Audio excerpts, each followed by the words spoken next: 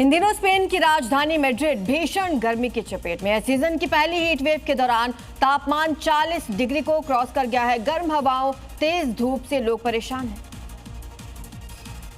Spain की राजधानी Madrid इस साल की पहली भीषण हीट वेव की चपेट में रविवार को तापमान 40 डिग्री सेल्सियस के करीब पहुंच गया, जिससे स्थानीय लोग और पर्यटक गर्मी से बेहाल नजर आए।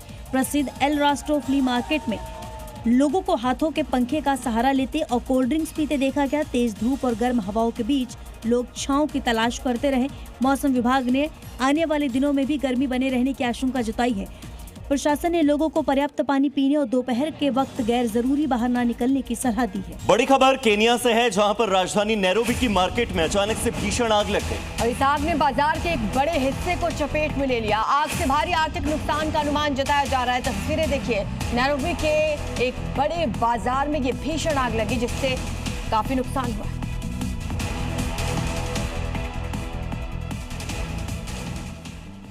अमेरिका के मिनेसोटा में मौसम ने खतरनाक रूप ले लिया है। कॉर्कोरन समेत कई ऐसे इलाके हैं जहां पर ओले गिरे, तेज तूफानी हवाएं चली और भारी तबाही मची।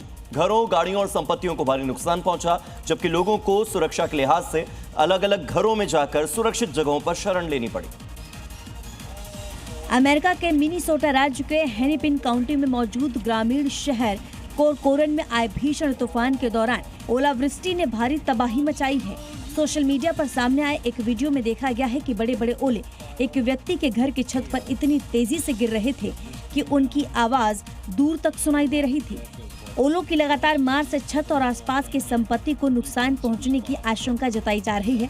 इलाके में तेज हवाओं, भारी बारिश और गरज के साथ आए इस मौसम ने लोगों को घरों में रहने पर मजबूर कर दिया।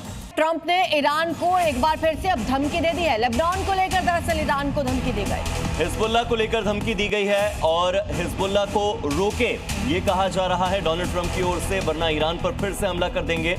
यानी कि अब हिजबुल्लाह की जिम्मेदारी भी ईरान पर डाल रहा है अमेरिका और ईरान पर जोरदार हमला करने की धमकी डोनाल्ड ट्रंप की ओर से।